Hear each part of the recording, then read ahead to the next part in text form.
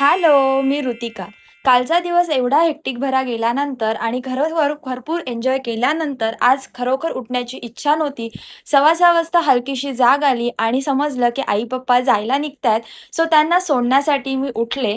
उठल्यानंतर त्यांना सोडून आल्यावर झोपण्याचा विचार होता, पण तसं काहीच झालं नाही कारण घर पूर्ण मेस होता आणि आम्हाला सुद्धा निघायचंच होतं. सो मी आणि माझा छोटा भाऊ आम्ही दोघांनी सर्व जे काही महाराजांचं सामान होतं ते सर्व एका बॅगमध्ये पॅक केलं आणि बाकीचं सर्व घर जे फुलांचं डेकोरेशन होतं ते सर्व रिमूव्ह करून ठेवलं. कारण ऑब्व्हियसली परत कचरेवाला येणार, तो केओस करणार, ते झालेलं नसणार तर. सो म्हणून सर्व घर सेट करण्यासाठी आम्ही सर्वजण लागलो. पटापट काम केलं आणि फायनली सर्व घर क्लीन झाल्यानंतर मस्तपैकी फ्रेशन अप झाले आणि मग दादाच्या फ्रेंडने नाश्ता आणला होता.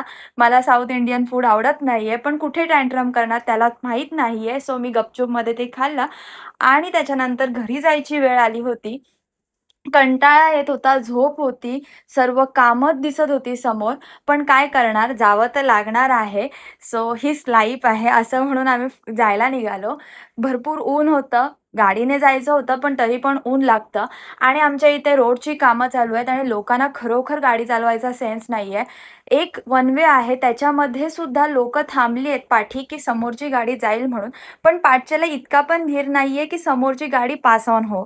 कसं लोकांचं होणार आहे काय माहिती. तरी पण एवढ्या न्यूज येतायत ॲक्सिडेंटच्या, एवढ्या लोकं मरतायत दिसते, तरी पण लोकांना सुधारायचंच नाहीये. असो, हे सर्व करत आम्ही फायनली 2:00-2:30च्या दरम्यान घरी पोहोचलो. घरी आल्यावर आम्ही जेवलो आणि हे गिफ्ट दिलं होतं माझ्या आत्याने, सो ते मी ठेवत होते चांगल्या ठिकाणी आणि त्यानंतर रूममध्ये आले.